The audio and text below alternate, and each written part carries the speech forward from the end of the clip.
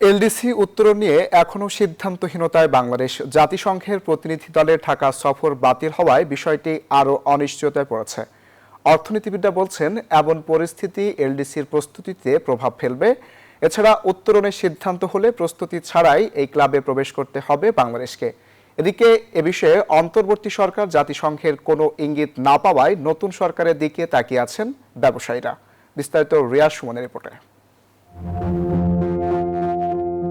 চলতি 2026 সালের 24 নভেম্বর আনুষ্ঠানিকভাবে এলডিসি থেকে বেরিয়ে যাবে বাংলাদেশ। যদিও সামষ্টিক অর্থনৈতিক পরিস্থিতি বিবেচনায় এটি পেছানোর দাবি আছে ব্যবসায়ীদের।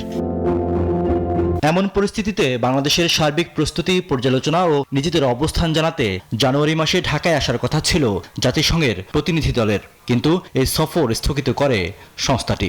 বাণিজ্য মন্ত্রণালয় সূত্রে জানা গেছে, জাতীয় নির্বাচনের যুক্তি দেখিয়ে অন্তর্বর্তী সরকারের পক্ষ থেকে সফরের বিষয়ে না করা হয়েছে। এমন বাস্তবতায় এলডিসি উত্তরণ নিয়ে তৈরি হয়েছে ধোঁয়াশা।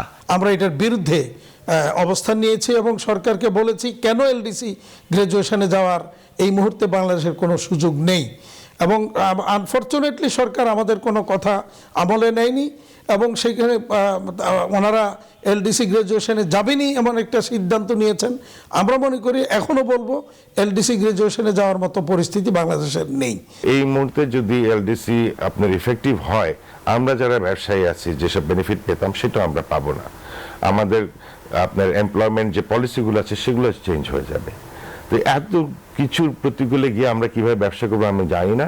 এখন পর্যন্ত জাতিসংঘের কাছ থেকে এলডিসি উত্তরণ পেছানোর কোনো ইঙ্গিত পায়নি অন্তর্বর্তী সরকার। এমন বাস্তবতায় নির্বাচিত নতুন সরকারের দিকে তাকিয়ে আছেন ব্যবসায়ীরা। আমাদের একটি নতুন গণতান্ত্রিক সরকার আসলে আমরা আশা করব যে ট্রেড এগ্রিমেন্টগুলো হবে, এলডিসি গ্র্যাজুয়েশন থেকে বের হয়ে আসার জন্য একটি টাস্ক ফোর্স গঠন করা হবে।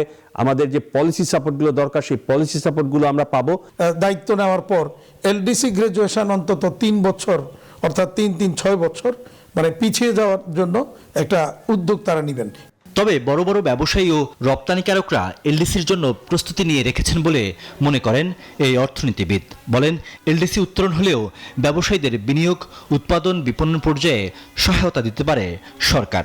এখন যেভাবে আমাদের সুবিধাগুলো দেয়া হয়, এই সুবিধাগুলো রপ্তানি পর্যায় থেকে সরিয়ে এনে এগুলোকে উৎপাদন বা বিপণন বা বিভিন্ন ধরনের বিনিয়োগের পর্যায়ে গিয়ে যদি রিস্ট্রাকচার করা যায়, যেটা অন্যান্য উন্নয়নশীল দেশগুলো বিশেষত ভারত করছে সাকসেসফুলি, ওরকম কিছু কাঠামোগত পরিবর্তন আনা দরকার বলে আমরা মনে করি।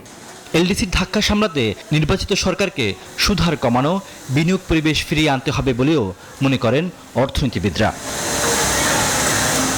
রিয়াজ সুমন, নিউজ 24, ঢাকা।